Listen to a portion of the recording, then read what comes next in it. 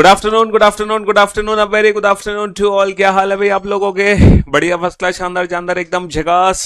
अ very good afternoon Neeraj, Alok, Krishnakant, Nitish, Saurabh, Aman, Kapil, Satyam, Vikas, Ankita, Sanjeet, Neeraj, Aditya, Parul, Mayank, Deepti, Rahul, Deependra, Gaurav, Akanksha, Pawan, Nidhi, Shyam, Ankita, Pooja, Parul, Mayank, Deepti, Aditya, Shahani, Garima, Madhu, Nilesh, Neetu, Shilpa, Varsha, Shikha, Mayank, Deepti, Bharat. क्या हाल है भाई आप लोगों के? अब very good afternoon to all. तो भैया सबसे पहले तो आप सभी का स्वागत है हमारे इस रीजनिंग स्पेशल बैच में। और यह है रीजनिंग स्पेशल 30 बैच, है ना। थोड़ा सा गर्म पानी पीने रुको, मौसम बेटा बड़ा खराब चल रहा है, बहुत खराब मौसम है, क्या बताएं बस आपको। अरे हाँ जी, अब वेरी गुड आफ्टरनून। तो भैया जैसे कि आप लोग जानते हैं कि ये रीजनिंग स्पेशल बैच है, और इस बैच की जो शुरुआत हो रही है, वो कब से हो रही है? वो आज से हो रही है, और बिल्कुल अभी से हो रही है। हालांकि कल इस बैच की शुरुआत हुई थी, और कल इस बैच का फर्स्ट डे था। हालांकि कल मैंने कुछ भी नहीं पढ़ाया, कल सिर्फ हमारी ना इंट्रोडक्शन क्लास थी। तो जो न्यू स्टूडेंट है, जिनका आज पहला दिन है, प्लीज वो कल का लेक्चर जरूर देखें, ताकि आपको समझ आ जाए कि ये बैच किस काम आने वाला है। ठीक है, कितने एग्जाम्स हैं, हमारी कौन कौन सी बुक्स हैं, है ना, कितने एग्जाम्स है जिसमें रीजनिंग आती है, एग्जैक्टली हमारा सिलेबस क्या है ना, हमारा बैंकिंग का सिलेबस क्या है, हमें कैसे तैयारी करनी है, हमें कैसे प्रैक्टिस करनी है, ठीक है, हमें नोट्स कैसे बनाने हैं। ये सारी की सारी जो बातें हैं वो मैंने कल डिस्कस करी थी। और इस बैच की जो वैलिडिटी है वो 2 इयर्स कर दी गई है ना। इस बैच की वैलिडिटी बेटा 2 इयर्स कर दी गई है, मेरे वाले बैच की वैलिडिटी। तो आप लोग वैलिडिटी को लेके चिंता ना करो, है ना। हाँ जी। देखो, जिन बच्चों का आज पहला दिन है, प्लीज रैंक वन बिल्कुल लेकर आना, रैंक वन। मैं उन बच्चों से रिक्वेस्ट करना चाहूंगा, है ना, मैं उन बच्चों से रिक्वेस्ट करना चाहूंगा कि आप कल का लेक्चर जरूर देखो, क्योंकि कल बेसिक इंट्रोडक्शन क्लास थी। अगर मैं आज फिर से आप लोगों की वही डाउट्स, वही क्वेरी अगर लेने लग जाऊं, तो जो कल का लेक्चर था वो मुझे दोबारा से रिपीट करना पड़ जाएगा। तो जिसने कल का लेक्चर नहीं देखा, प्लीज कल का लेक्चर देख लो। बस मैं आप लोगों को ये बता देता हूँ, इस बैच की जो वैलिडिटी है वो अब 2 साल है।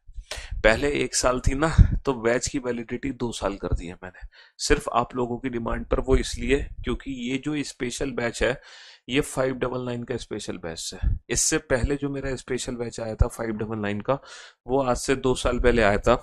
और उस बैच में है ना, उस बैच में आज तक के सबसे ज्यादा एडमिशन थे। और जनरली जो हमारे स्पेशल बैच में एडमिशन होते हैं, उसका 5 गुना 10 गुना एडमिशन इस 599 वाले बैच में बाई डिफॉल्ट हो जाते हैं। मेरे को तो समझ नहीं आती है, जब 999 फीस ले रहे हैं तो बच्चे पढ़ना नहीं चाह रहे हैं, 599 फीस लेते ही है ना 10 गुना बच्चे पढ़ना चाह रहे हैं। मतलब 500 रुपए के चक्कर में वो अपने फ्यूचर से खिलवाड़ करने के लिए राजी हैं। मतलब हद हो रही है, हद है, हद। चलो, जैसी जिसकी सोच है, उसमें तो हम कुछ कर नहीं सकते हैं। लेकिन ये भी जो बैच है, ये मेरा आज तक का करियर विल एप्लीकेशन पर दूसरा सबसे धमाकेदार बैच है। ठीक है, वो एक बैच था जब मैंने पहली बार 599 फीस करी थी। उस बैच में, है ना, कई मतलब ये समझ लो लाख स्टूडेंट ही नहीं हुए थे बस, लेकिन लाख तक पहुंच गए थे। और ये भी एक ऐसा बैच है जिसमें कई हजारों बच्चे हैं, कई हजारों बच्चे, है ना। बस 1 लाख टच नहीं हो पा रहा है, लेकिन बस वहां तक पहुंच चुके हो। तो इस बैच में भी ना बच्चों की लाइन, अगर मैं आपको कमेंट सेक्शन दिखा दूंगा ना बच्चों के, आप मतलब बच्चे का नाम पढ़ना तक मुश्किल हो पा रहा है, इतनी स्पीड से कमेंट्स निकले जा रहा है, निकले जा रहा है, निकले जा रहा है, जिसकी कोई हद नहीं है। तो ये भी आप लोगों का जो बैच है, वो अपने आप में एक धमाकेदार बैच है, रीजनिंग स्पेशल 31। एक वो बैच था मेरा, उसका नाम था रीजनिंग स्पेशल, शायद 88 था या 86 था, उसमें थे। और आज इसमें चलिए साहब, तो आप धमाकेदार बैच के अंदर हो, तो इस बैच के अंदर, है ना, वो धमाका जरूर होना चाहिए, सबसे ज्यादा सिलेक्शन, क्योंकि जहां सबसे ज्यादा स्टूडेंट होंगे वहां सबसे ज्यादा सिलेक्शन निकलेगा। ऑब्वियस सी बात है, निकलेगा कि नहीं निकलेगा? हाँ सर, बिल्कुल निकलेगा। तो जो भी नोट्स बनाने की टेक्निक थी, प्रैक्टिस करना है, कहाँ से करना है, पीडीएफ कैसे मिलेंगी, क्लास पीएनजी कहाँ से मिलेंगी, यूट्यूब चैनल क्या है आपका, इंस्टाग्राम चैनल क्या है, कौन सी बुक लेनी है, ये सारी बातें हम ऑलरेडी कल डिस्कस कर चुके हैं। तो आज हम ज़्यादा टाइम वेस्ट आपका नहीं करेंगे, आज हम चैप्टर की शुरुआत करेंगे। तो सबसे पहले मैंने आपको कल बताया था कि हमारे एग्जाम में जो सबसे ज़्यादा क्वेश्चन आते हैं, हमारे एग्जाम में जो सबसे ज्यादा क्वेश्चन आते हैं बेटा वो अल्फाबेट के क्वेश्चन होते हैं। दूसरे सबसे ज्यादा जो क्वेश्चन आते हैं वो नंबर वाले होते हैं। तो इसीलिए हम सबसे पहले ना अल्फाबेट वाले चैप्टर शुरू करेंगे। और अल्फाबेट में जो सबसे पहला चैप्टर है आप लोगों का, है ना, सबसे पहला जो टॉपिक है डेट इज अल्फाबेटिकल सीरीज। सबसे पहला चैप्टर है अल्फाबेटिकल सीरीज। तो भैया चैप्टर का नाम डालो अल्फाबेटिकल सीरीज, है ना। शुरुआत करने जा रहे हैं इस बैच की लेके प्रभु का नाम जय सिया राम। ठीक है, हाँ जी सारे बच्चे। हमें पूरे पूरे पूरे नोट्स नहीं बनाने हैं, सिर्फ शॉर्ट नोट्स। कंप्लीट नोट्स अगर आप बनाना चाहते हो तो हमारी बुक खरीदे, फिर उसमें ना हर चीज लिखी गई है ना, हर चीज हमारी बुक के अंदर लैंग्वेज बाय लैंग्वेज हर चीज लिखी गई है। एक एक शब्द मेरी बुक के अंदर लिखे गए हैं, जो हम बोलते रहते हैं वो सारी बातें हमारी किताब के अंदर लिखी गई है। तो चैप्टर का नाम है अल्फाबेटिकल सीरीज, और हिंदी में इस चैप्टर का नाम बनता है अंग्रेजी अंग्रेजी वर्णमाला, अंग्रेजी वर्णमाला श्रृंखला। आजा, इंग्लिश में तो इंग्लिश अल्फाबेटिकल सीरीज है, और हिंदी में नाम बनता है अंग्रेजी वर्णमाला श्रृंखला। हालांकि ये वर्णमाला श्रृंखला भी मैं लिख सकता था। हमारे सिलेबस में जो वर्णमाला है वो बेटा अंग्रेजी की वर्णमाला है, हिंदी की वर्णमाला हमारे सिलेबस में नहीं है ना। हिंदी की वर्णमाला, है ना, हिंदी की जो वर्णमाला है वो हमारे सिलेबस में नहीं है। हमारे सिलेबस में सिर्फ और सिर्फ अंग्रेजी की वर्णमाला है। हमारे सिलेबस में सिर्फ और सिर्फ, है ना, इंग्लिश अल्फाबेटिकल सीरीज है। कौन सी अल्फाबेटिकल सीरीज है बेटा? इंग्लिश अल्फाबेटिकल सीरीज है हमारे सिलेबस में, है ना, इंग्लिश अल्फाबेटिकल सीरीज। अगर मैं इंग्लिश अल्फाबेटिकल सीरीज की बात करूंगा तो इंग्लिश अल्फाबेटिकल सीरीज में देखो कौन कौन सी सीरीज है। देखो हमारी स्पेशल बैंकिंग की टीम है, हम लोगों की करियर विल एप्लीकेशन पर स्पेशल बैंकिंग की टीम है। अगर आप स्पेशल स्टूडेंट हो जो बैंकिंग के अलावा कुछ नहीं करना चाहते, है ना, कुछ ऐसे बच्चे हैं जो बैंकिंग के अलावा कभी कोई एग्जाम देना ही नहीं चाहते हैं, वो देंगे तो बैंकिंग का एग्जाम देंगे वरना किसी का एग्जाम नहीं देंगे। तो हमारी स्पेशल बैंकिंग टीम है करियर विल एप्लीकेशन पर सत्येंद्र सर, है ना, जिसमें सत्येंद्र सर आपको इंग्लिश पढ़ा रहे हैं। तो सत्येंद्र सर की जो टीम है आप वहां पर एडमिशन ले सकते हो, है ना। अगर आपको कंप्लीट सिर्फ बैंकिंग की तैयारी करनी है और किसी चीज की तैयारी नहीं करनी बैंकिंग के अलावा, आपने सोच रखा है कि अगर मैं पेपर दूंगा तो बैंक का दूंगा, उसके अलावा दुनिया में किसी का पेपर नहीं देना है, तो आप स्पेशली वो वाला बैच लो, है ना। फिर आपकी ये जो स्पेशल बैचेस है ना ये आपके किसी काम के नहीं है। समझ गए मेरी बात? हाँ जी बेटा, हम बिहार आए थे अभी और बहुत मिस कर रहे हैं बिहार को, सच बता रहा हूं मैं, बहुत मिस कर रहे हैं हम। ठीक है चलिए, तो मेरे दोस्तों, मेरे भाइयों, मेरे जिगर के टुकड़ों, है ना, अल्फाबेटिकल अगर सीरीज यहाँ पर जो मैंने बैंकिंग के क्वेश्चंस और कंसेप्ट यहाँ पर, पता है मैंने क्या किया इस बैच के अंदर? हमने बैंकिंग लेवल तक के सारे कॉन्सेप्ट्स डिलीवर किए हैं, लेकिन बैंकिंग लेवल की जो क्वेश्चंस है ना, नंबर ऑफ क्वेश्चंस की जो प्रैक्टिस है वो नहीं कराई। उसके पीछे रीजन ये है वो करा भी नहीं सकते, क्योंकि बैंकिंग में सीटिंग अरेंजमेंट की जो प्रैक्टिस होती है, बैंकिंग में सीटिंग अरेंजमेंट की प्रैक्टिस बेटा पता कितनी होती है? कम से कम 15-20 क्लासेस तुम सीटिंग अरेंजमेंट ही पढ़ते रहो, लेकिन वो 15-20 क्लासेस सीटिंग अरेंजमेंट की प्रैक्टिस में इस स्पेशल बैच में नहीं करा सकता। हाँ, लेकिन उसका जो कंसेप्ट है, जो बेसिक कॉन्सेप्ट है सीटिंग अरेंजमेंट का, जो एडवांस कॉन्सेप्ट है सीटिंग अरेंजमेंट का, जो पजल का कॉन्सेप्ट है वो मैंने दिया हुआ है, और उन पर बेस्ड एक एक दो दो क्वेश्चंस भी मैंने कराए हुए हैं। बट कंप्लीटली बैंकिंग फोकस करके प्रैक्टिस हम नहीं करा सकते हैं 20-20, 25-25 क्लास, इसीलिए स्पेशल बैंकिंग की टीम अलग है। समझ गए? मैंने कल भी समझाया था आपको कि अगर आप दुनिया में कोई भी एग्जाम की तैयारी कर रहे हो एक्सेप्ट बैंकिंग, तो आपको इस बैच से पूरा का पूरा सिलेबस करना है, सारे टॉपिक करने हैं, 2 टॉपिक छोड़कर आप मशीन इनपुट आउटपुट छोड़ सकते हो और मैट्रिक्स भी छोड़ सकते हो, क्योंकि आजकल मैट्रिक्स नहीं आ रहा। लेकिन अगर आप स्पेशली बैंकिंग कर रहे हो तो आपको सिर्फ इन्हीं टॉपिक्स पे ध्यान देना और इन्हीं की आपको अलग से भी ढेर सारी प्रैक्टिस करनी है। बैंकिंग वाले बच्चों को देखो, बैंकिंग के अलावा जितने भी बच्चे हैं ना, उनको एक भी सिंगल क्वेश्चन की प्रैक्टिस की रिक्वायरमेंट नहीं है अलग से। मैं दावा कर रहा हूं कि जो क्वेश्चन मैं क्लास में करा रहा हूं उससे बाहर तुम्हारा क्वेश्चन एग्जाम में आ ही नहीं सकता। जो क्वेश्चन मैं क्लास में करा रहा हूं उससे बाहर 0.1% भी नहीं पूछा जाएगा। लेकिन जो स्पेशली बैंकिंग स्टूडेंट है उनको अलग से प्रैक्टिस करनी ही होगी, उनको अलग से क्या करनी होगी, प्रैक्टिस करनी होगी। बिना प्रैक्टिस के काम चल ही नहीं सकता। Seating arrangement, puzzle, inequality, blood relation, syllogism, coding. लेकिन बैंकिंग के अलावा जो बच्चे हैं, मैं कह रहा हूं कि वो सिर्फ क्लास के क्वेश्चन कर लेंगे तो भी उनका बेड़ा पार है, 100% बेड़ा पार है ना? हाँ जी। चलिए साहब, अब आप लोग बोर्ड पे ध्यान दो और ध्यान से समझने की कोशिश करना कि अगर मैं बात करता हूं अल्फाबेटिकल सीरीज अंग्रेजी वर्णमाला श्रृंखला।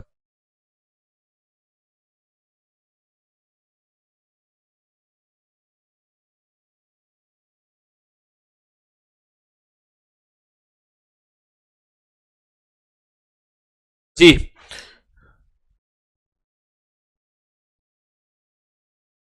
अब आप लोग मेरी बात ध्यान से सुनना और ध्यान से समझने की कोशिश करना। अल्फाबेटिकल अगर मैं सीरीज की बात करता हूं तो वर्णमाला श्रृंखला की बात करता हूं तो हमारे एग्जाम में बेटा 10 वर्णमाला श्रृंखला है ना? मतलब सर वर्णमाला श्रृंखला तो एक ही होती है। क्यों भाई? A B C D to X Y Z. लेकिन आजकल एग्जाम में हो क्या रहा है, आजकल एग्जाम में सिर्फ ए टू जेड वाली अंग्रेजी वर्णमाला नहीं आ रही। आजकल एग्जाम में सिर्फ ए टू जेड वाली अंग्रेजी वर्णमाला नहीं आ रही, आजकल एग्जाम में और भी वर्णमाला के क्वेश्चंस पूछे जा रहे हैं। पता है कौन कौन से क्वेश्चन पूछे जा रहे हैं आजकल एग्जाम में? आजकल एग्जाम में रिवर्स अल्फाबेटिकल सीरीज के भी क्वेश्चन आ रहे हैं। ठीक है, नॉर्मल अल्फाबेटिकल सीरीज से नहीं, रिवर्स अल्फाबेटिकल सीरीज से भी क्वेश्चन आ रहे हैं।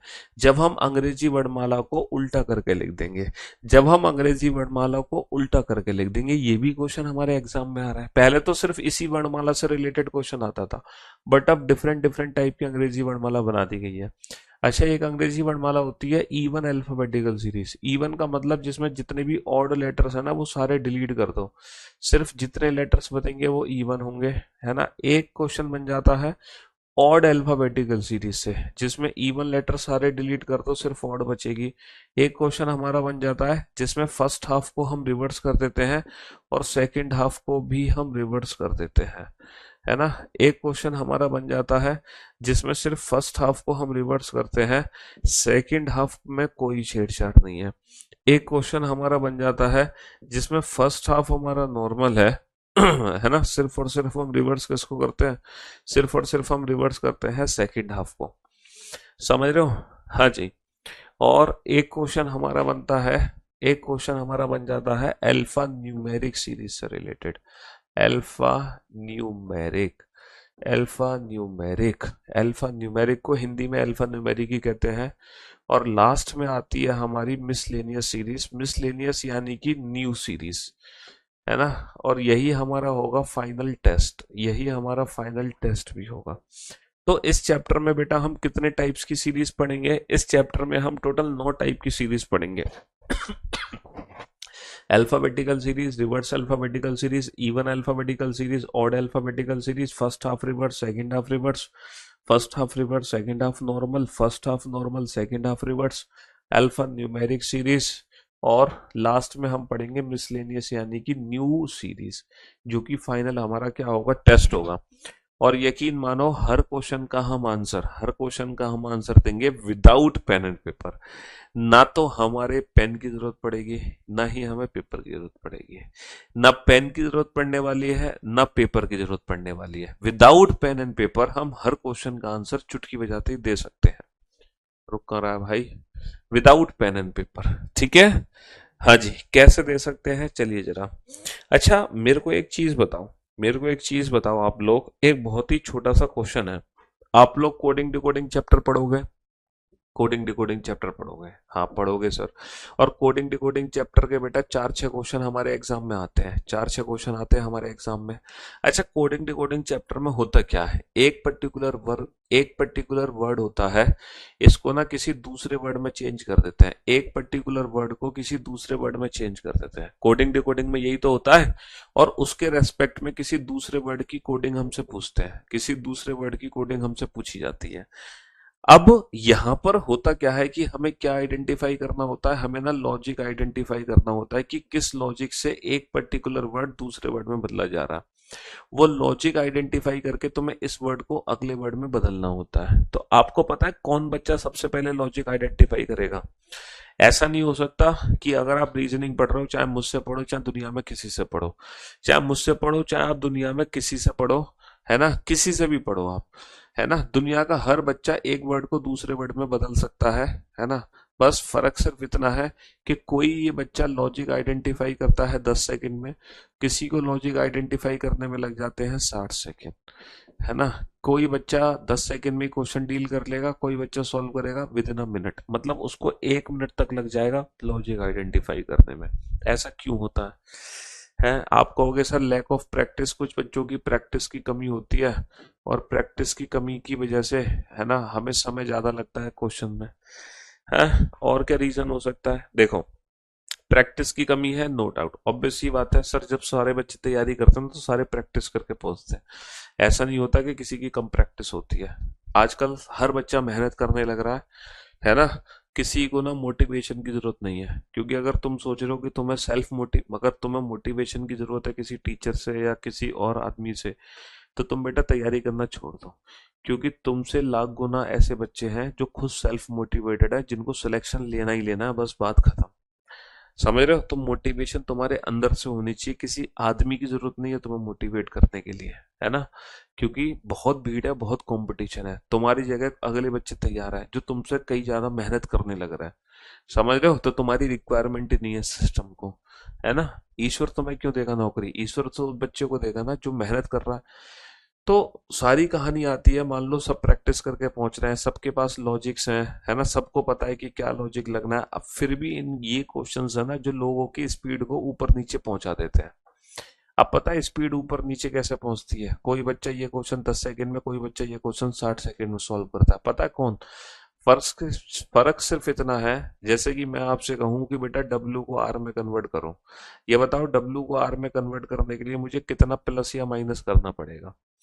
अगर आप देखते हो ना डब्ल्यू को आर में कन्वर्ट करने के लिए कितना प्लस माइनस, तो हम लोग क्या करते हैं, हम लोग करते हैं सर RSTUV, हम ना उंगलियों पे काउंट करते हैं। हम किस पे काउंट करते हैं? उंगलियों पे काउंट करते हैं। लेकिन अगर यही कहानी मैं इनकी प्लेस की वैल्यू के साथ कर दूं, जैसे डब्ल्यू का प्लेस अंग्रेजी वर्णमाला में 23वां होता है, और आर का प्लेस अंग्रेजी वर्णमाला में होता है 18, और मैं आपसे कहूं बाबू, मैं आपसे कहूं कि 23 को 18 में कन्वर्ट करो, तो ये बताओ 23 को 18 में कन्वर्ट कर रहे हो, ये जल्दी से तुम्हें पता चला, या डब्ल्यू को आर में कन्वर्ट कर रहे हो, इसमें कितना माइनस हुआ ये पहले पता चला, है ना। कहा मतलब कौन सा लॉजिक तुम्हें जल्दी पता चला, 23 से 18 बनाना या डब्ल्यू से आर बनाना? सर ऑब्वियस सी बात है 23 से 18 बनाना, -5 कर दो, लेकिन ये नहीं पता चल पा रहा था। जबकि डब्ल्यू 23 होता है, आर 18 होता है, तो ये भी बेटा -5 ही है। तो कहने का मतलब ये है कि अगर आप लोगों को अल्फाबेट की प्लेस की वैल्यू पता है, अगर आप अल्फाबेट को उसकी प्लेस की वैल्यू से जान रहे हो, तो लॉजिक आइडेंटिफाई करने में सिर्फ 10 सेकंड लगते हैं।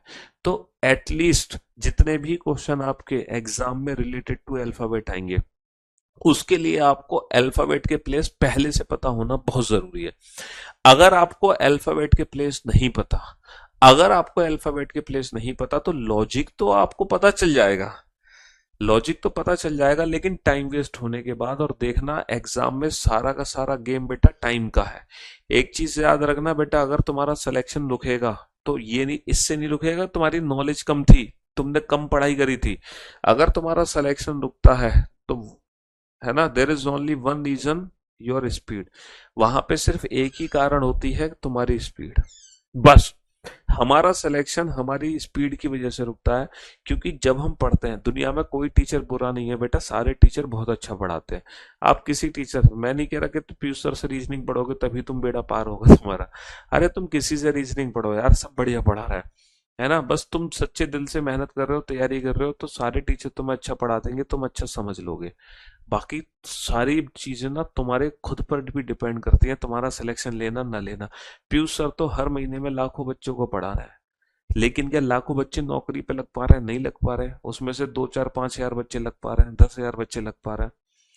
तो अल्टीमेटली जो रोल है वो मेरा नहीं है, वो तुम्हारा खुद का है, क्योंकि मैं तो सभी को पढ़ा रहा हूँ, सिलेक्शन उनमें से कुछ ले रहे हैं। तो इसीलिए जो मतलब एट लास्ट वाली जो मेहनत है ना, वो आपको खुद करनी है। भाई मैं आपको लॉजिक बता दूंगा, मैं आपको ट्रिक बता दूंगा, लेकिन वो लॉजिक और वो ट्रिक आप कितनी जल्दी यूज करोगे, इट्स डिपेंड ऑन यू, कि आपकी कितनी प्रैक्टिस है। जो टीचर बता रहा है वो कहानी, वो चीजें आप कर रहे हो कि नहीं कर रहे हैं, समझ रहे हो ना मेरी बात? हाँ जी। तो अगर आप, बेटा अगर आप कोडिंग डिकोडिंग को कुछ ही सेकंड्स में सॉल्व करना चाहते हो, अगर आप कोडिंग डिकोडिंग को कुछ ही सेकंड्स में सॉल्व करना चाहते हो, तो एटलीस्ट आपको ना अल्फाबेट की प्लेस की वैल्यू पता होनी चाहिए। अगर आपको अल्फाबेट की प्लेस की वैल्यू नहीं पता, तो समझ लो ये जितने भी अल्फाबेट वाले सारे टॉपिक है ना, सारे टॉपिक का सत्यानाश हो जाना है। ये जितने भी टॉपिक है ना, अगर आपको अल्फाबेट की प्लेस की वैल्यू नहीं पता, तो सारे टॉपिक का सत्यानाश हो जाएगा, और आप क्वेश्चन तो सॉल्व करोगे, लेकिन उतनी देर में करोगे जितनी देर में पूरी दुनिया तुमसे आगे निकल जाएगी। तो इसीलिए रीजनिंग की शुरुआत करने से पहले, सबसे पहले हमें क्या पढ़नी होंगी? रीजनिंग को शुरू करने से पहले हमें पढ़नी होगी एबीसीडी। बिल्कुल शुरू से शुरू करेंगे। ये बताओ, आपने जीवन में जब पढ़ाई शुरू करी थी, आपने जीवन में जब पढ़ना शुरू किया था, तो सबसे पहले आपके माँ बाप ने आपको क्या सिखाया था? आपके माँ बाप ने आपको क्या सिखाया था, ये बताओ। सर हमारे माँ बाप ने हमें एबीसीडी सिखाई थी, है ना। हमारे मम्मी पापा ने बचपन में, स्कूल जाते भी नहीं थे, स्कूल जाने से पहले ही हमने क्या सीखी थी? एबीसीडी। सीखी थी नहीं सीखी थी? हाँ जी। तो वही बात है ना, हम दोबारा से दोहराएंगे। रीजनिंग शुरू करने से पहले मैं आपको क्या सिखाऊंगा? मैं आपको एबीसीडी सिखाऊंगा। आपको लग रहा होगा सर मैं तो बनने आया हूँ इंस्पेक्टर, मैं तो सोच रहा था कि पीयूष सर मेरे को जीएसटी इंस्पेक्टर बनाएंगे, यहाँ तो पीयूष सर मेरे को एबीसीडी सिखा रहा है, टाइम वेस्ट करा रहा है मेरा खामा का, पता नहीं कहाँ फंस गया मैं। तो अभी तो आपको लग रहा होगा कि सर तो टाइम वेस्ट करा देंगे एबीसीडी सिखाकर, क्योंकि ये तो हम बचपन से पढ़ते आए हैं। लेकिन ये कहानी आपको तब समझ आएगी जब आपका कई बार पेपर दोगे और सिलेक्शन नहीं होगा। फिर आप कहोगे कि काश मैं एबीसीडी सीख लेता, तो आज ये नौबत नहीं आती। तो बहुत छोटी छोटी सी चीजें होती हैं जिंदगी में जो हमारे लिए बहुत मायने रखती हैं। जब हम मैथ्स का पेपर देने लग रहे होंगे ना, मैथ्स का पेपर, और जब नंबर वाले क्वेश्चंस कर रहे होंगे ना, तो अगर आपको बेटा पहाड़े याद नहीं होंगे ना, आपको टेबल्स याद नहीं होंगी, आपको स्क्वायर्स याद नहीं होंगे, आपको क्यूब्स याद नहीं होंगे, तो ये समझ लो तुम्हारी पूरी मैथ्स पढ़ना बेकार हो जाएगी। मतलब मैथ्स का जो नींव है ना, मैथ्स का जो फाउंडेशन है वो ये है, टेबल्स स्क्वायर क्यूब्स। अगर आपको इनकी प्रैक्टिस नहीं है, तो तुम कितनी भी मैथ्स की प्रैक्टिस कर लो, सब बेकार है तुम्हारे लिए, सब बेकार, सब सब बेकार है ना। तो मैथ्स को पढ़ने से पहले आपको क्या करना पड़ता है? पहाड़े याद करने पड़ते हैं, स्क्वायर्स की प्रैक्टिस करनी पड़ती है, क्यूब्स की प्रैक्टिस करनी पड़ती है, तो तुम मैथ्स को पढ़ो, फिर देखो कितना अल्टीमेट मजा आएगा मैथ्स पढ़ने में, जितना तुमने कभी सोचा नहीं होगा, है ना। तो तरीके से अगर आप चलोगे तो जीवन में मौज ही मौज है, और अगर तरीका फॉलो नहीं करोगे, है ना, तो फिर का मामला खराब है। तो उसी सही तरीके को बताने के लिए कि तुम्हें एक्चुअली पढ़ना कैसे है, हम यहाँ मौजूद है। समझ रहे हो मेरी बात? हाँ जी। तो इसीलिए रीजनिंग की शुरुआत करने से पहले एबीसीडी हर बच्चे को पढ़नी है, तो सारे बच्चे बेटा एबीसीडी को लिख लें। देखे तो सही तुम्हें एबीसीडी आज तक याद है कि नहीं? ये तुमने बचपन में याद करी थी एबीसीडी, अंग्रेजी वर्णमाला, आज तक आप लोगों को याद है? जरा चेक कर लेते हैं। ABCDEFGHIJKLMNOPQRSTUVWXYZ, WXYZ। भैया ABCDEFGHIJKLMNOPQRSTUVWXYZ, ये हमारी अंग्रेजी वर्णमाला होती है। अंग्रेजी वर्णमाला में दो एंड होते हैं, टू एंड्स, एंड बोले तो बेटा लेफ्ट एंड, लेफ्ट एंड जिसको मैं शॉर्ट फॉर्म में लिखूंगा लेफ्ट एंड, जिसको मैं शॉर्ट फॉर्म में लिखूंगा लेफ्ट एंड, है ना, हिंदी में बोलते हैं इसको बाया छोर, बाया छोर। तो है ना, इंग्लिश अल्फाबेटिकल सीरीज के जो लेफ्ट और राइट हैंड होते हैं ना, वो हमारे हमारे अकॉर्डिंग होते हैं, हमारे अकॉर्डिंग। जो हमारा राइट हैंड होगा वो इसका राइट हैंड होगा, जो हमारा लेफ्ट हैंड होगा वो इसका लेफ्ट हैंड होगा। तो ये हमारा राइट है, दायां हाथ है, दायां हाथ, तो ये हो गया इसका राइट हैंड, है ना, यानी कि दायां छोर। और ये हमारा क्या है, बायां हाथ लेफ्ट हैंड, तो ये हो गया हमारा लेफ्ट हैंड, यानी कि बायां छोर। तो जब हम लेफ्ट हैंड से काउंटिंग करते हैं तो यहां से करते हैं जब हम राइट हैंड से काउंटिंग करते हैं तो यहां से करते हैं, है ना जी। अच्छा, तो मुझे बताओ, ए जो है वो पहले स्थान पर है, बी दूसरे, सी तीसरे, डी चौथे। कहां से? बेटा बाईं ओर से। तो बाईं ओर से जो ई है वो पांचवा है, एफ छठा, जी सातवां, आठवां, नौ। ये जो इनके स्थान लिखे जा रहे हैं बेटा, ये स्थान लिखे जा रहे हैं बाईं ओर से। कहां से लिखे जा रहे हैं? बाईं ओर से लिखे जा रहे हैं।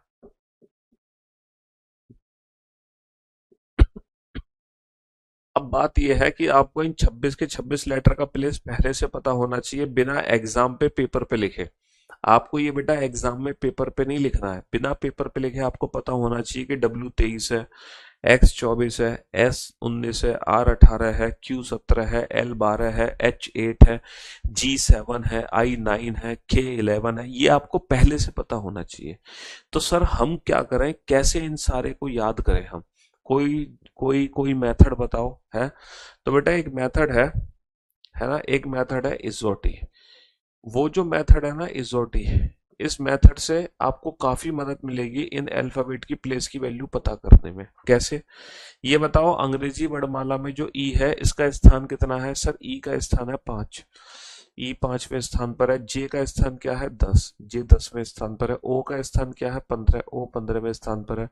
टी का स्थान क्या है? 20, टी 20वें स्थान पर है। वाई का स्थान क्या है? 25, तो वाई 25वें स्थान पर है। तो अंग्रेजी वर्णमाला में 5 लेटर होते हैं, ई जे ओ टी वाई, और इन पांचों लेटर के प्लेस की वैल्यू में 5 5 लेटर का डिफरेंस है। 5, 10, 15, 20, 25, 5, 10, 15, 20, 25। इजोटी, इजोटी, E5, J10, O15, T20, Y25। एक बार आंखें बंद करो सारे बच्चे, आंखें बंद करो सारे बच्चे, और इजोटी को देखो। आपको आंखें बंद करके इजोटी दिखाई दे रहा है मन की आंखों से? सर इजोटी में E5, J10, O15, T20 और Y25। इजोटी 5, 10, 15, 20, 25, इन 5 लेटर का प्लेस अगर मैं पूछ लूं तो क्या आप जीवन में कभी भूल पाओगे? अगर मैं पूछूं कि बताओ ई का प्लेस क्या है? 5। मैं पूछूं वाई का प्लेस क्या है? 25। मैं पूछूं टी का प्लेस क्या है? 20। मैं पूछूं जे का प्लेस क्या है? 10। मैं पूछूं ओ का प्लेस क्या है? 15। तो ये 5 लेटर के प्लेस पता चल गए आपको? याद तो नहीं करोगे इन 5 लेटर के प्लेस को? आगे से ये बताओ। मैं पूरे 26 लेटर के प्लेस बेटा आपको दिमाग में प्रिंट करूंगा, चिंता मत करो। पूरे 26 लेटर के प्लेस है पता चल गया। ओ का प्लेस कितना है, टी का प्लेस कितना है, ई का प्लेस कितना है, जे का प्लेस कितना है? रैंडमली अगर आ जाए, हाँ जी sir, O15, T20, E5, J10, Y25। Sir 5 letter के प्लेस हमें पता चल गए, कोई दिक्कत नहीं है। अच्छा, पहले 3 लेटर के प्लेस ये बताओ किसको नहीं पता? A B C. पहले 3 लेटर के प्लेस किसको नहीं पता? A B C. सर दुनिया का हर बच्चा जानता है ए बी सी 1 2 3। आखिरी के 3 लेटर के प्लेस किसको नहीं पता? X Y Z. आखिरी के 3 लेटर के प्लेस किसको नहीं पता? X Y Z, X Y Z. ये 6 लेटर तो सबको पता है, A B C X Y Z. अरे मैं पूछूं सी कौन सा अक्षर होता है? तीसरा। ए कौन सा होता है? पहला। बी कौन सा होता है? दूसरा। सर जेड कौन सा होता है? लास्ट। 26, Y 25, X 24। तो ये 6 लेटर पता है। इजोटी के बेटा 4 लेटर हो गए, ये हो गए 6 लेटर। इजोटी के 4 हो गए। 4 क्यों हो गए? क्योंकि उसमें वाई रिपीट हो रहा है, वाई कॉमन है। इजोटी और यहाँ पर वाई कॉमन हो गया। तो 10 लेटर तो बेटा, 10 लेटर तो 10 लेटर तो 10 लेटर तो तुम्हारे कंफर्म हो गए। 10 लेटर का जो प्लेस है वो तुम्हारे दिमाग में प्रिंट हुआ कि नहीं हुआ? Sir A B C 1 2 3 X Y Z 24 25 26। और सर इजोटी 5 10 15 20 25। ठीक है जी। हाँ, ये 10 लेटर का जो प्लेस है वो हमारे माइंड में प्रिंट हो चुका है। बहुत बढ़िया। अब आप सोचोगे सर इन 10 लेटर के अलावा और भी लेटर्स होंगे, उनका प्लेस हम कहाँ से आइडेंटिफाई करें। जैसे मान लो मैं अचानक से लिख दूं बोर्ड पर के। अब आप सोचोगे सर के का प्लेस कैसे आइडेंटिफाई करना है हमें। तो आपको क्या सोचना है, सर आपको एक बहुत ही छोटा सा काम करना है। के A B C X Y Z is और डी में तो है नहीं। अब आप ये सोचो जो के लेटर है वो इन पांचों लेटर में से किस लेटर के सबसे नजदीक है।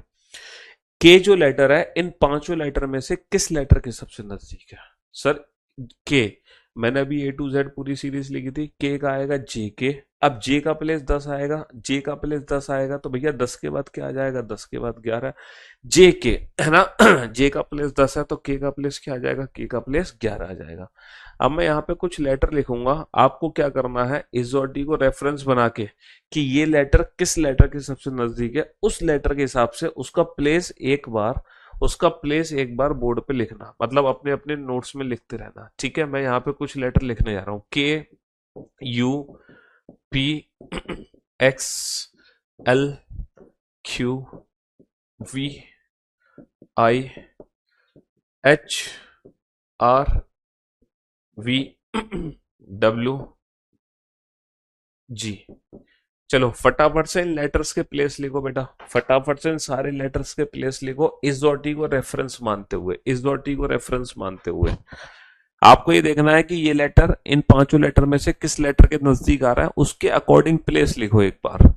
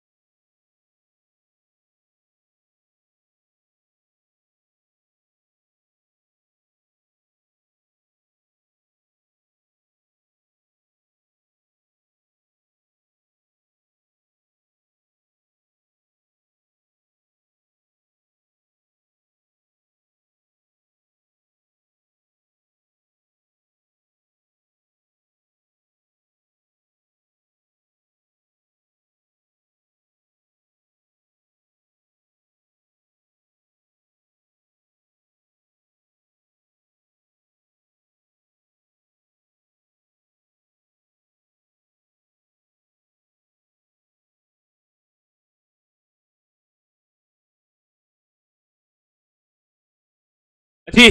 तो मेरे दोस्तों, मेरे भाइयों, लिख लिया आप लोगों ने अल्फाबेट के प्लेस? लिखे कि नहीं लिखे? हाँ सर, हमने सारे लिख लिए। ये बताओ के किसके नजदीक आता है? सर जो लेटर के है वो जे के नजदीक आता है, जे के। अब ये 10 है तो 10 के बाद 11 आएगा। You sir, T U, T 20 है तो यू का प्लेस 21 हो जाएगा। पी सर, ओ पी 15 के बाद 16 आ जाएगा। बहुत बढ़िया। X Y, X Y, X Y 25 से पहले एक्स आ जाएगा।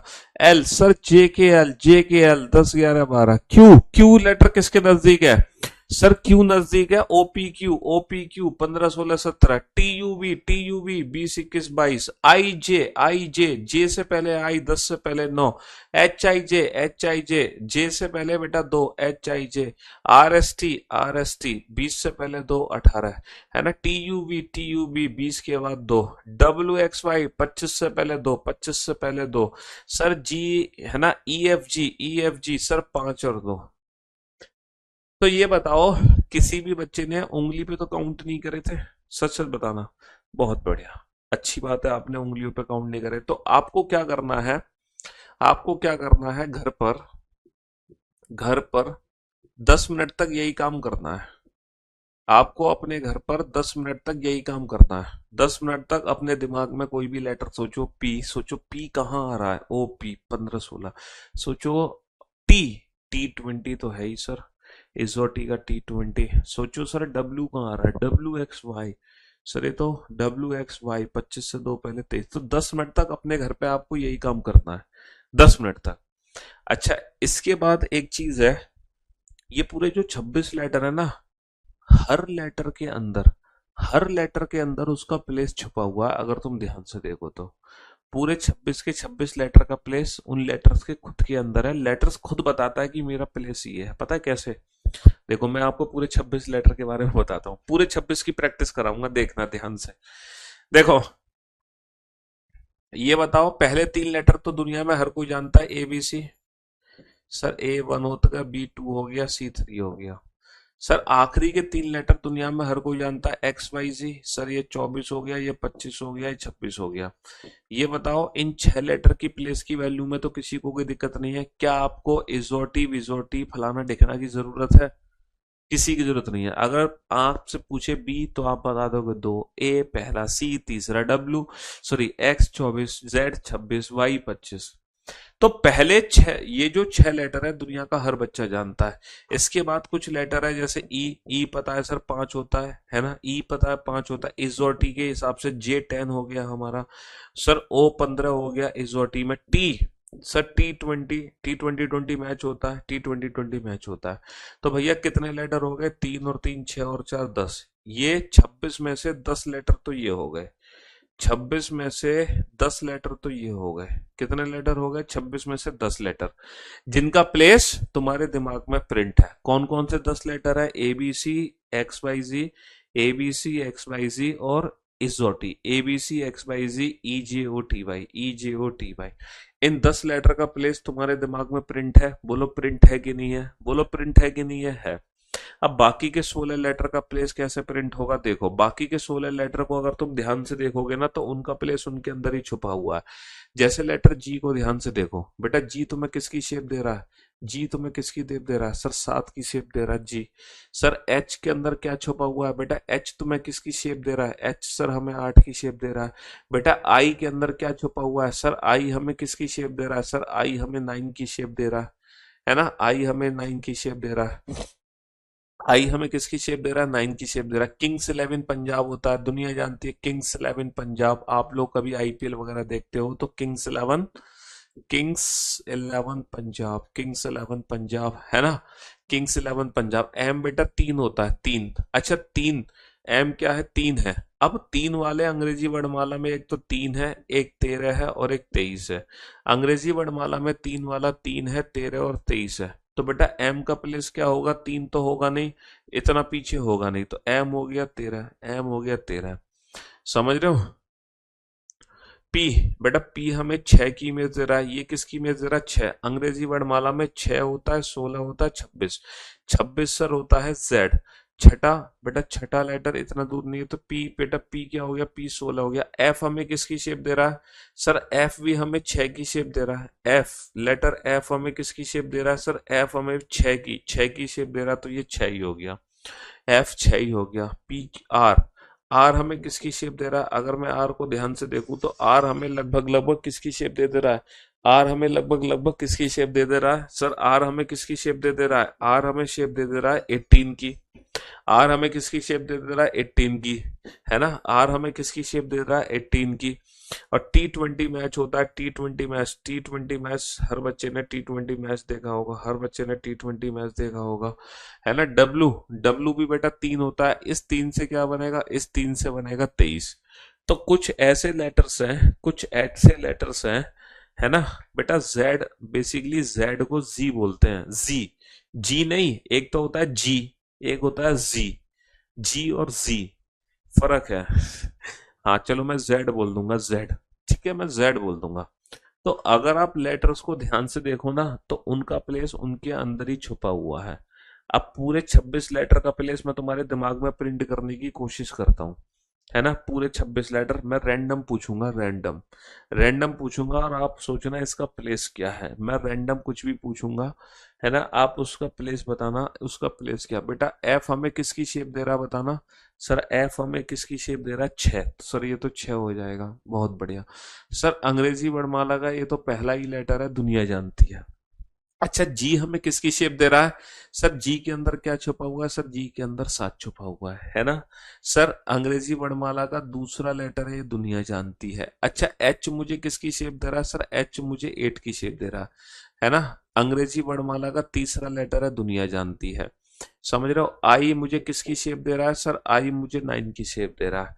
अच्छा डी अंग्रेजी वर्णमाला का कौन सा लेटर है डी, डी अंग्रेजी वर्णमाला का कौन सा लेटर है, डी फॉर डॉग, कुत्ते के होते हैं 4 पैर, और वैसे भी A B C D, A B C D, D अंग्रेजी वर्णमाला का कौन सा लेटर है ना, चौथा लेटर हो गया, है ना। और इजोटी के हिसाब से जे क्या हो गया, जे हो गया, इजोटी में जे हो गया 10 और ई हो गया कितना, ई हो गया 5वां लेटर। किंग, किंग्स 11 क्या है, किंग्स 11 पंजाब है कि नहीं है, किंग्स 11 पंजाब, हाँ सर किंग्स 11 पंजाब है, किंग्स 11 पंजाब है, समझ रहे हो। टी, T20 मैच होता है, T20 मैच होता है। सर एम हमें किसकी शेप दे रहा है, एम हमें 3 13, 3 से बनेगा 13, है ना, 3 से बन गया 13 बन गया। पी हमें किसकी शेप दे रहा है 6, पी बेटा 6, तो इस 6 से क्या बन जाएगा, इस 6 से बन जाएगा 16, इस 6 से क्या बन जाएगा 16। आर हमें किसकी शेप दे रहा है, आर, आर की शेप क्या बताई थी मैंने आपको, आर 18, आर किसकी शेप दे रहा है 18। डब्ल्यू किसकी शेप दे रहा है हमें 3, इस 3 से क्या बन जाएगा, 3 से 3 नहीं बनेगा, 13 नहीं बनेगा, तो इस 3 से क्या बन जाएगा 23। वाई बेटा इजोटी में तो आप वाई जान ही रहे हो, वाई का प्लेस 25 हो गया। Sir X Y Z, X Y Z, X तो 24 और जेड हो जाएगा 26। कितने लेटर पता चल गए, कितने लेटर तुम्हारे दिमाग में प्रिंट हो गए, 1 2 3 4 5 6 7 8 9 10 11 12 13 14 15 16 17 18 19, 19 लेटर पता चल गए। कौन कौन से लेटर रह गए, कौन कौन से लेटर रह गए बेटा, ए बी सी, देखो ए बी सी डी तो पता ही चल गया, और ई एफ जी एच आई जे ये सब पता चल गया। किंग्स 11 पंजाब, एल रह गया, एल रह गया, एम हो गया, एन हो गया, एन, ओ, अच्छा इजोटी का ओ तो यहाँ रखो ना, ओ 15 हो गया, ओ 15 हो गया, 15 क्या रह गया, एल, एम हो गया, एन, ओ, पी हो गया, क्यू, आर हो गया, एस, T20 हो गया U, W, X Y Z. चलो बस ये लेटर पता चले हैं, ये 5 लेटर है बेटा जिनके अंदर उनकी आकृति हमें नहीं दिखाई दे रही, है ना। ये 5 लेटर है जिनके अंदर उनकी आकृति दिखाई नहीं दे रही, वरना इन 5 लेटर को छोड़कर, इन 5 लेटर को छोड़कर जितने भी लेटर्स हैं उनकी शेप उनके अंदर ही छुपी हुई है। इन 5 लेटर को छोड़कर जितने भी लेटर्स थे उनकी शेप उनके अंदर ही छुपी हुई है। अब इन 5 लेटर को भी एक बार लिख लो। सर एस टी, अगर हमें T20 मैच पता है तो हमें एस टी नहीं पता, S T S T S T, T20 match होता है तो S19 होगा कि नहीं होगा। जब T20 मैच होता है ना, T20 मैच, और क्यू, अच्छा, क्यू क्यू क्यू क्यू किसके नजदीक होता है? O O 15 16 17। और ये एन ओ 15 से एक पहले और जे के एल 12 जे के एल क्या हो जाएगा? 12 हो जाएगा, है ना? जे के एल 12 हो जाएगा। और टी यू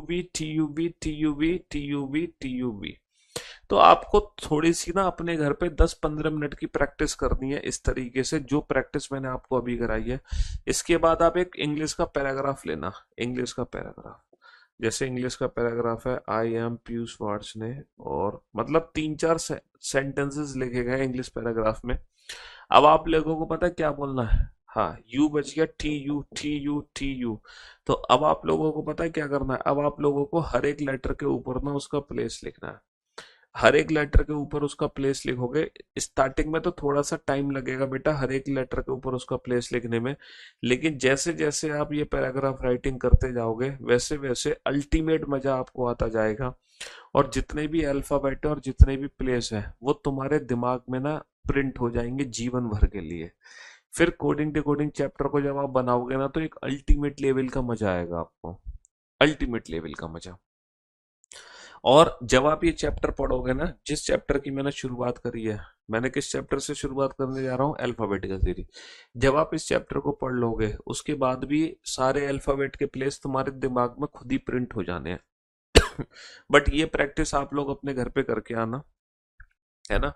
फिर से मैं रिपीट कर देता हूँ, एबीसी पहले 3 लेटर है, दुनिया जानती है भैया, एबीसी पहले 3, XYZ आखिरी के 3 लेटर दुनिया जानती है, इज और टी वो 5 लेटर हो गए।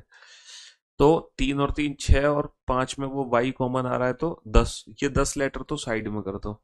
इसके बाद सारे लेटर का प्लेस उसके अंदर ही छुपा है। जैसे एफ बेटा 6 की इमेज दे रहा है, जी के अंदर 7 है, एच हमें 8 की शेप दे रहा है, आई हमें 9 की शेप दे रहा है, किंग्स 11 पंजाब हो रहा है, एम हमें 13 बना रहा है, मतलब 3 से 13 बना रहा है ना?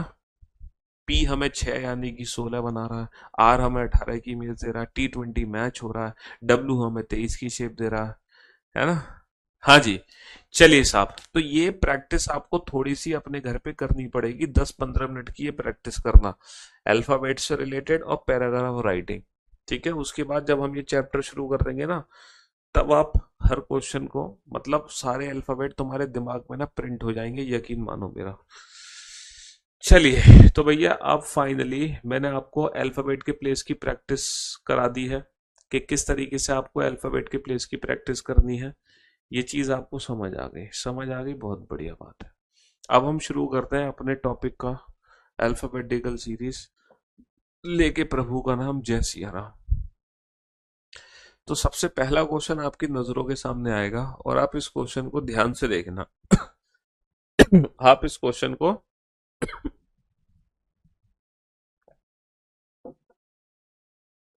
ध्यान से देखना। पहले आप इस क्वेश्चन को बिल्कुल बेसिक मेथड से सॉल्व करेंगे, आम जिंदगी, है ना? बिल्कुल आम जिंदगी की तरह, है ना? पहले हम इस क्वेश्चन को बिल्कुल बेसिक मेथड से सॉल्व करेंगे, ममास मेथड, है ना? ममास मेथड इसलिए क्योंकि ये बिल्कुल बेसिक मेथड होगा। ठीक है, अगर आप इस क्वेश्चन को अपनी मम्मी से पूछोगे, अपने पापा से पूछोगे, अपनी दादी नानी नाना किसी से भी पूछोगे, दुनिया का हर कोई इंसान इस क्वेश्चन को वैसे ही सॉल्व करेगा। तो पहले वही बेसिक मेथड हम समझते हैं कि ये क्वेश्चन एग्जैक्टली है क्या। अंग्रेजी वर्णमाला में भैया कुछ हमसे अंग्रेजी वर्णमाला के बारे में पूछा जा रहा है, तो हमें क्या करना होगा सर? अंग्रेजी वर्णमाला लिखनी होगी, ABCDEFGHIJKLMNOPQRSTUVWXYZ। हमसे क्या पूछा जा रहा है अंग्रेजी वर्णमाला में? तो हमने फटाफट से अंग्रेजी वर्णमाला लिख ली। अंग्रेजी वर्णमाला में कौन सा अक्षर, मतलब अंग्रेजी वर्णमाला में कोई एक अक्षर हमें पहचानना है। अब अच्छा, कौन सा अक्षर पहचानना है हमें? वो अक्षर पहचानना है जो बाएं से चौथे। अच्छा ये बताओ, अभी थोड़ी देर पहले मैंने आपको बताया था अंग्रेजी वर्णमाला का बायां दायां हमारे अकॉर्डिंग होगा। जो हमारा बायां वो इसका बायां, जो हमारा दायां वो इसका दायां। तो ये हमारा बायां छोर है और ये हमारा दायां छोर है। ये कौन सा छोर है? ये हमारा दायां छोर है। तो अंग्रेजी वर्णमाला में कौन सा अक्षर, कोई एक अक्षर है, कौन सा अक्षर? बाएं से चौथे। बाएं से चौथा काउंट करो भैया, बाएं से पहला, बाएं से दूसरा, बाएं से तीसरा, बाएं से चौथा, बाएं से चौथे, बाएं से चौथे के, बाएं से चौथे के दाएं छठा, इसके दाएं छठा जाना है, बाएं से चौथे के दाएं छठा, इसके दाएं छठा जाना है, इसके दाएं छठा, इसका दाया। देखो किसी भी अल्फाबेट का, किसी भी अल्फाबेट का, किसी भी अल्फाबेट का जो बायां दायां है वो हमारे अकॉर्डिंग है। जो हमारा दायां वो इसका दायां होगा, और जो हमारा बायां वो इसका बायां होगा। समझ रहे हो मेरे बात? हाँ जी। तो अंग्रेजी वर्णमाला में कौन सा अक्षर बाएं से चौथे के दाएं छठा, इसके दाएं छठा, यानी कि पहला, दूसरा, तीसरा, चौथा, पांचवा, छठा। तो फाइनली हमारे क्वेश्चन का आंसर क्या आ गया? जे आ गया। अब इसी क्वेश्चन को ना इसी क्वेश्चन को इंग्लिश लैंग्वेज में समझते हैं। इंग्लिश लैंग्वेज में विच लेटर विल बी, कोई एक लेटर काउंट करना है। कौन सा लेटर काउंट करना है? Which letter will be sixth to the right of. बेटा कोई एक लेटर काउंट करना है जो six to the right of है। किसके six to the right of है? Fourth from the left hand. भैया किसके six to the right of है? Six to the right of fourth from the, fourth from the left hand. इसका exactly Hindi meaning क्या होता है? बाएं से चौथे के दाएं छठा। एग्जैक्टली किसके सिक्स टू द राइट जाना है? Fourth from the left hand. तो पहले हम fourth from the left hand count करेंगे, दिस इज लेफ्ट हैंड। पहले हम fourth from the left hand count करेंगे, देन आफ्टर इसके सिक्स टू द राइट, 1 2 3 4 5 6। तो आंसर तो सेम ही आना है, जे। चाहे तुम इंग्लिश में पढ़ो क्वेश्चन, चाहे हिंदी में पढ़ो, इट डजंट मैटर। समझ गए?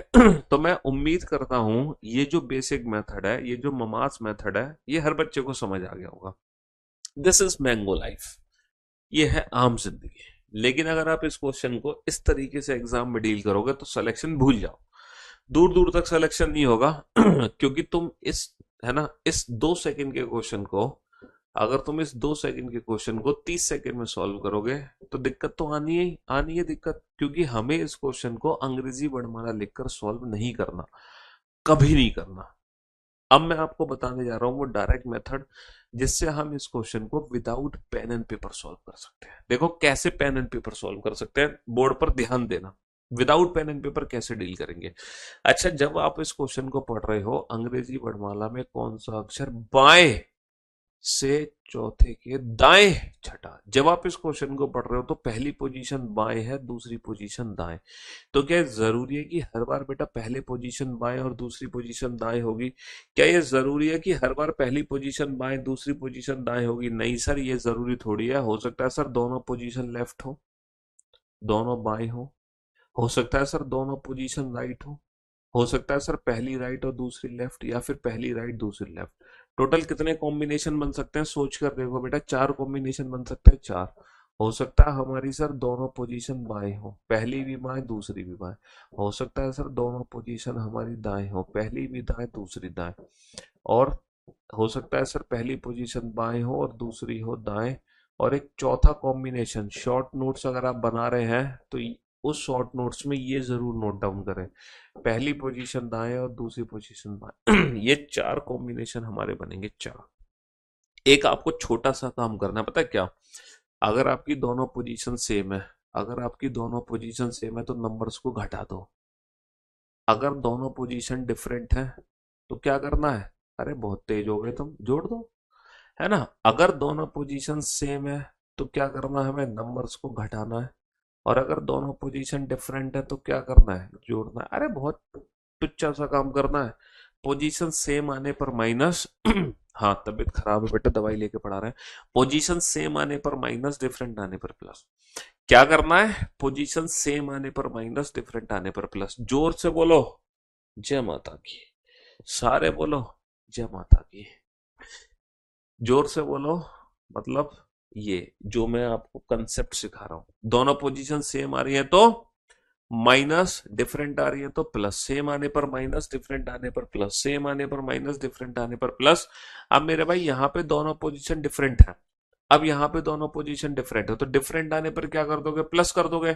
डिफरेंट आने पर प्लस कर दोगे, 4 और 6 10, 4 और 6 10। अब तुम फंस गए, तुमने 10 तो कर दिया, लेकिन ये जो 10वां अक्षर है अंग्रेजी वर्णमाला में, 10वां अक्षर कहां से है?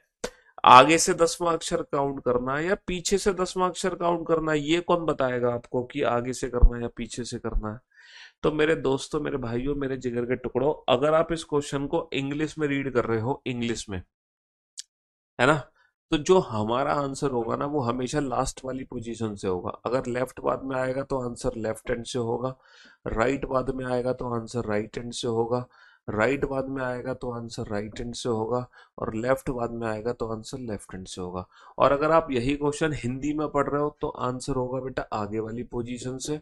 जैसे बाएं पहले तो बाएं से आंसर होगा, दायां पहले तो दाएं से आंसर होगा। मैं बताऊंगा ऐसा क्यों किया। बायां पहले तो आंसर होगा बाएं से, है ना, और अगर दायां पहले तो आंसर कहाँ से होगा, दाएं से।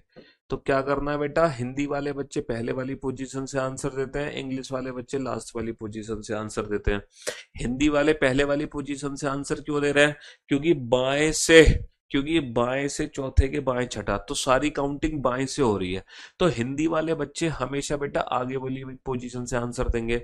अब जब इसी क्वेश्चन को मैं इंग्लिश में पढ़ रहा हूँ, 6 to the right of 4th from the left hand, तो बाएं से चौथे के दाएं छठा, तो हिंदी में जो पोजीशन आगे है वही पोजीशन इंग्लिश में कहाँ है, पीछे है।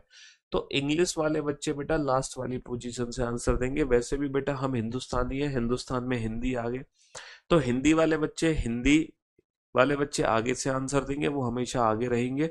इंग्लिश वाले बच्चे, है ना, इंग्लिश वाले बच्चे, इंग्लिश वाले बच्चे, इंग्लिश वाले बच्चे, इंग्लिश वाले बच्चे, इंग्लिश वाले बच्चे हमेशा पीछे वाली पोजीशन से आंसर देंगे।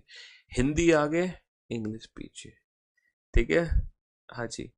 चलिए साहब, अब मेरे साथ बेटा ट्रिक को रिपीट करेंगे। अगर हमारी दोनों पोजीशन सेम आ रही हैं, अगर हमारी दोनों पोजीशन सेम आ रही है तो हम क्या करेंगे, माइनस, डिफरेंट करेंगे तो प्लस। पोजीशन सेम आने पर माइनस, डिफरेंट आने पर प्लस, पोजीशन सेम आने पर माइनस, डिफरेंट आने पर प्लस, पोजीशन सेम आने पर माइनस, डिफरेंट आने पर प्लस। इंग्लिश वाले बच्चे लास्ट वाली पोजीशन से आंसर देते हैं, हिंदी वाले बच्चे पहले वाली पोजीशन से आंसर। अच्छा, एक चीज याद रखना बेटा, हिंदी में जो माइनस प्लस होता है वो आगे से होता है, आगे से, क्योंकि हिंदी वाले बच्चे आगे से आंसर देते हैं। और इंग्लिश में जो माइनस प्लस होता है, इंग्लिश में माइनस प्लस बेटा पीछे से होगा, इंग्लिश में माइनस प्लस पीछे से होगा, हिंदी में माइनस प्लस आगे से होगा। बस यही ट्रिक है। अब आप सारे क्वेश्चन को without pen and paper solve कर सकते हैं, विदाउट पेन एंड पेपर। देखो कैसे सॉल्व कर सकते हैं, बोर्ड पे ध्यान से देखो। अंग्रेजी वर्णमाला में कौन सा अक्षर बाएं से पांचवें के दाएं 10वां होगा? बाएं से पांचवें के दाएं 10वां होगा। तो मेरे दोस्तों, मेरे भाइयों, मेरे जिगर के टुकड़ों, दोनों पोजीशन क्या है यहाँ पे? सर यहाँ पे दोनों पोजीशन डिफरेंट है। पोजीशन डिफरेंट आने पर क्या करते हैं? पोजीशन डिफरेंट आने पर प्लस करते हैं। 5 और 10 15, 15वां अक्षर कहाँ से होगा? बाएं से। अब ये बताओ, अंग्रेजी वर्णमाला में बाएं से 15वां अक्षर इजोटी, 15वां क्या होता है? ओ। इंग्लिश में सॉल्व करो बेटा, which letter will be 10th to the right of 5th from the left hand? दोनों पोजीशन डिफरेंट डिफरेंट आने पर प्लस। इंग्लिश में प्लस बेटा पीछे से ही होगा, माइनस प्लस। तो 5 + 10 15, 15th from which hand? Left hand. And 15th from left hand is, that is O, इजोटी, ओ 15th। तो अब हम हर क्वेश्चन को without pen and paper solve कर सकते हैं। सिंपल ट्रिक है, पोजीशन सेम आने पर माइनस, डिफरेंट आने पर प्लस, सेम आने पर माइनस, डिफरेंट आने पर प्लस। बहुत ही सिंपलेस्ट अप्रोच है, बहुत ही इजीएस्ट अप्रोच है। ठीक है, चलिए साहब, अब ये दो क्वेश्चन आपके सामने, इन दोनों क्वेश्चन का आंसर एक साथ दो। इन दोनों क्वेश्चन का आंसर एक साथ दो, वो भी विदाउट यूजिंग एनी पेन और पेपर। दोनों का आंसर एक साथ चाहिए मुझे।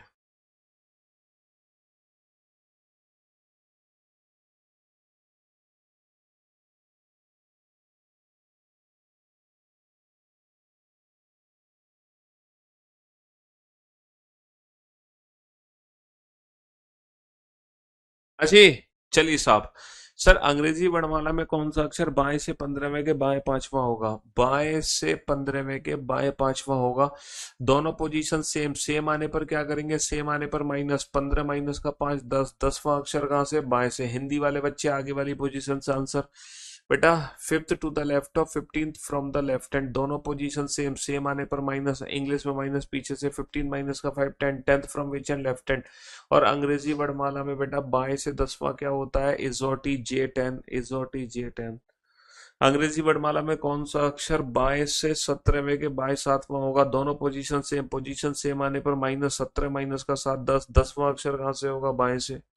7 to the left of 17 from the left hand, दोनों पोजीशन सेम आने पर माइनस, इंग्लिश में माइनस पीछे से 17 माइनस का 7 10, 10th from which and left hand, and 10th from which and left hand, that is J is the right answer. J is the right answer. आजी, तो position same आने पर minus, different आने पर plus. English वाले बच्चे last वाली position से आंसर, हिंदी वाले बच्चे पहले वाली पोजीशन से आंसर। अब बताओ, यही क्वेश्चन था, अगर आप बेसिक मेथड से सॉल्व करते तो कम से कम 30 सेकंड लगते पूरी सीरीज लिखने में।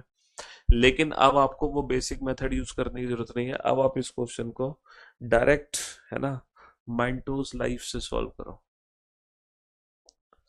है ममास मेथड की जरूरत नहीं है तुम्हें, पपास मेथड की जरूरत है। This is daddies method.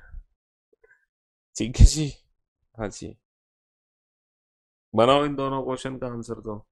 Short and smart notes कैसे बनाए, ये डिस्कशन हमने ऑलरेडी कल कर लिया था इंट्रोडक्शन क्लास में।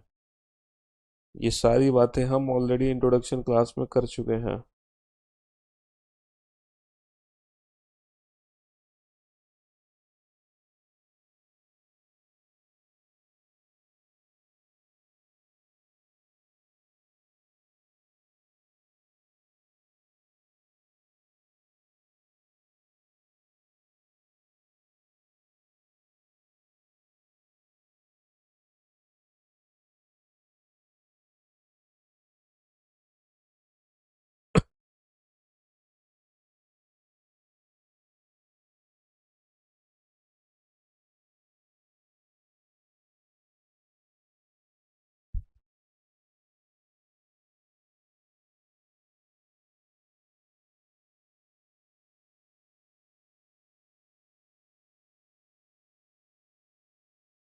यस,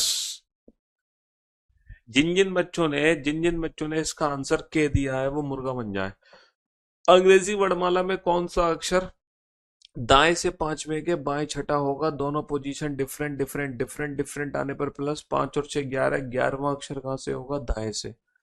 हिंदी वाले बच्चे आगे वाली पोजीशन से आंसर, बेटा लेफ्ट और राइट, दोनों पोजीशन डिफरेंट डिफरेंट आने पर plus, 5 + 6 11, 11 from which end right hand. जिन जिन बच्चों ने इस क्वेश्चन का आंसर के दिया वो मुर्गा बन जाए और जोर से चिल्लाए कुकुड़ को। मुर्गा बन जाओ बेटा जिस जिसने के आंसर दिया।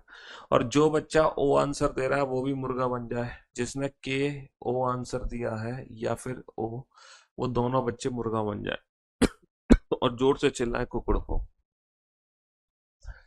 तभी तुम्हारी दिमाग की नसें खुलेंगी और तुम मुर्गा बनोगे। अरे गधो, यहाँ पर जो 11th लेटर पूछा है बेटा वो दाएं छोर से पूछा है, फ्रॉम राइट हैंड। अगर यहाँ पे बाएं से होता ना, बाएं से 11, तभी तो तुम के आंसर देते। लेकिन ये आगे से नहीं, पीछे से 11वां अक्षर पूछा है। देखो, अगर ये आगे से 11 होता तो डेफिनेटली किंग्स 11 पंजाब के आंसर होता हमारा। लेकिन ये आगे से 11 नहीं पूछा, ये पीछे से 11 पूछा अंग्रेजी वर्णमाला में। अब सबसे बड़ी अफसोस की बात यह है, तुम्हें पता ही नहीं है पीछे से 11 क्या है, क्योंकि तुमने जो प्रैक्टिस की है वो फ्रॉम लेफ्ट साइड की है, ना कि फ्रॉम राइट साइड। तो इसके लिए तुम्हें कल तक का वेट करना पड़ेगा।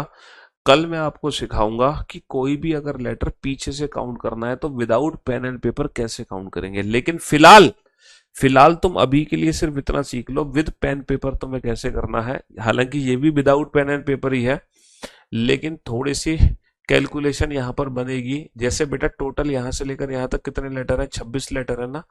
तो पोजीशन इंटरचेंज करने की एक बेसिक सी ट्रिक है, एक बेसिक फॉर्मूला है रैंकिंग का। वो क्या फॉर्मूला है? जब रैंकिंग के केस में हम पोजीशन इंटरचेंज करते हैं, राइट हैंड को लेफ्ट हैंड या लेफ्ट हैंड को राइट हैंड में बदलते हैं, तो हम ये जो पोजीशन है ना, इसको टोटल में से नहीं घटाते, हमेशा टोटल +1 में से घटाते हैं। तो अंग्रेजी वर्णमाला में 26 लेटर होते हैं, तो 26 में से नहीं घटाएंगे हम, 27 में से घटाएंगे। 27 माइनस का 11, 16। तो जो अक्षर अंग्रेजी वर्णमाला में पीछे से 11 है, वही अक्षर अंग्रेजी वर्णमाला में आगे से पक्का 16वां होगा। और आगे से वही अक्षर बेटा जो पीछे से 11 है वो आगे से होगा। 27 माइनस का 11, 16। और अंग्रेजी वर्णमाला में 16वां अक्षर क्या होता है? 15 ओ, 15 के बाद 16, ओ के बाद पी। अब आप सोच रहे होंगे सर 26 लेटर है, 27 में से क्यों घटा रहे हो? 26 में से घटाओ सीधा सीधा। बेटा ये रैंकिंग का कंसेप्ट है। रैंकिंग में पोजीशन इंटरचेंज तभी होती है जब हम एक ज्यादा में से घटाते हैं। हालांकि मैं इस चीज को यहाँ पे प्रूफ करके तुम्हें दिखा सकता हूँ। देखो बोर्ड पर ध्यान से देखना, टोटल कितने लेटर लिखे हैं मैंने? A B C D E F G H I J, total 10 letter लिखे हैं ना? हाँ सर 10 लेटर लिखे हैं। ये बताओ ये जो जी है ये पीछे से किस स्थान पर है? एक दो तीन चार, सर जी पीछे से चौथे स्थान पर है। अगर इसी जी की पोजीशन तुम्हें आगे से पता करनी है तो बेटा कितनी होगी जी की पोजीशन आगे से? क्या मैं 10 में से 4 को घटा दूं? सर 10 में से 4 घटाओगे तो 6 आएगा, है ना? लेकिन हम 10 में से कभी नहीं घटाएंगे, हम हमेशा पोजीशन इंटरचेंज करने के लिए एक ज्यादा में से घटाते हैं। तो मैं 11 में से 4 घटाऊंगा तो जो जी पीछे से 10 चौथा है, पीछे से चौथा, वही आगे से होगा एक दो तीन चार पाँच छः, वही आगे से क्या होगा? वही आगे से सातवें स्थान पर होगा। तो जो पीछे से चौथे स्थान पर है वही आगे से सातवें स्थान पर है। ये कहानी तब पता चली जब हम टोटल में से नहीं घटा रहे हैं। हम टोटल में से नहीं घटा रहे, हमेशा एक ज्यादा में से घटा रहे हैं। हमेशा हमेशा किस में से घटा रहे हैं? हमेशा एक ज्यादा में से।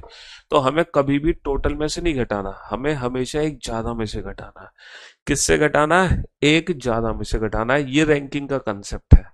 लेकिन कल मैं आपको एक ऐसी ट्रिक बताऊंगा जिसमें आपको 27 में से घटाने की जरूरत नहीं पड़ेगी। अच्छा, दोनों पोजीशन क्या है? दोनों पोजीशन सेम है। सेम आने पर माइनस 15 माइनस का 5 10, 10वां अक्षर कहां से? दाएं से। दोनों पोजीशन सेम, सेम आने पर माइनस 15 माइनस का 5 10, tenth from which end right and. Tenth from which end right and. अच्छा पीछे से 10वां अक्षर है। अब पीछे से 10वां अक्षर कैसे कैलकुलेट कर लोगे? जब इसकी पोजीशन हम आगे से कन्वर्ट कर लेंगे। और आगे से कितना होगा? कितने में से घटा देंगे इसको? 27 माइनस का 10, 27 माइनस का 10 17, और अंग्रेजी वर्णमाला में 17वां अक्षर क्या होता है? 15 16 17 ओपी क्यू। कितना होता है? 15 16 17 ओपी क्यू। भाई जो पीछे से 10वां है वो आगे से कितना होगा? आगे से 17वां होगा, है ना? कल मैं आप लोगों को ना अपोजिट लेटर के बारे में भी बताऊंगा, चिंता मत करो, जहां आपको ना 27 में से घटाने की आवश्यकता ही नहीं पड़ेगी। अब जरा इन दोनों क्वेश्चन को ध्यान से देखो, जल्दी से ध्यान से देखो फटाफट से। और क्वेश्चन नंबर 8 को देखना, ध्यान से सॉल्व करना। जरा मैं आपको 1 मिनट का समय दे रहा हूँ बनाने के लिए।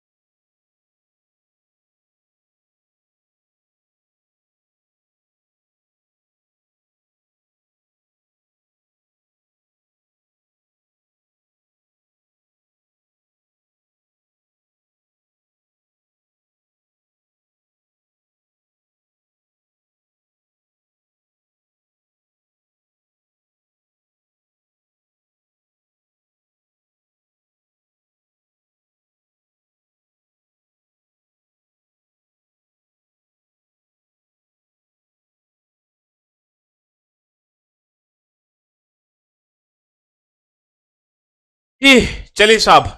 तो मेरे दोस्तों, मेरे भाइयों, मेरे जिगर के टुकड़ों, अंग्रेजी वर्णमाला में कौन सा अक्षर दाएं से 20वें के दाएं 15वां होगा? दोनों पोजीशन सेम आने पर माइनस 20 माइनस का 5 15, 15वां अक्षर दाएं से।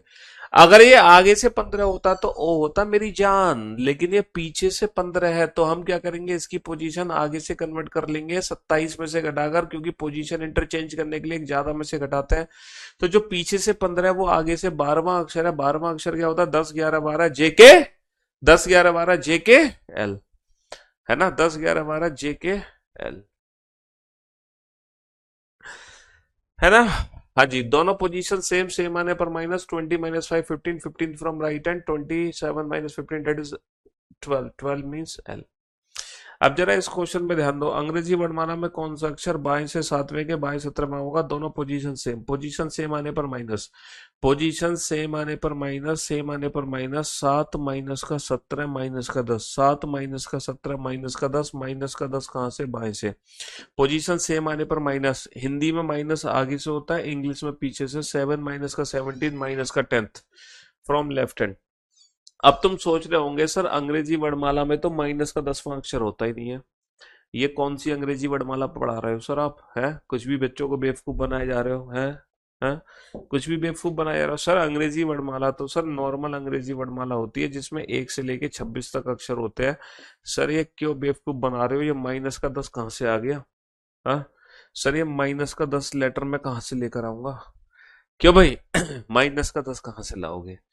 तो ये जो माइनस का 10 है, ये बेटा क्वेश्चन गलत नहीं है। आजकल कोडिंग डिकोडिंग में, आजकल अगर मैं लेटेस्ट बात करूं ना, तो लेटेस्ट हमारे कोडिंग डिकोडिंग में ये वाले क्वेश्चन काफी पूछे जा रहे हैं जिसमें नेगेटिव वैल्यू आ जाती है अब मोर देन 26 वाली वैल्यू आ जाती है। तो ये जो नेगेटिव वैल्यू है और ये जो मोर देन 26 वाली वैल्यू है, ये कैसे डील करेंगे ये जानेंगे हम कल। To be continue in next class. आज के लिए सिर्फ इतना ही। Love you guys, love you all, good bye, thank you so much, शुक्रिया तहे दिल से आप लोगों का इतना प्यार देने के लिए। दूसरी चीज ये है दूसरी चीज ये है दूसरी चीज मैं आप लोगों को क्या बता रहा था कि ये जो मैंने आप लोगों को एक होमवर्क दिया है ना, इस होमवर्क को आप लोग जरूर करके आना। ये होमवर्क आप लोग जरूर करके आना कल, ठीक है? हाँ जी, चलिए साहब। क्वेश्चन नंबर बेटा 7 गलत नहीं है, क्वेश्चन नंबर 7 गलत नहीं है, बट इसका जो 7 कहां से गलत हो गया? क्वेश्चन नंबर 7 कहां से गलत हो गया? दोनों पोजीशन सेम, 20 माइनस का 5 15, 27 माइनस का 15 12, 12वां अक्षर हो गया बाई से, डेट इज एल। सही है बेटा। चलिए, love you guys, love you all, good bye, thank you so much.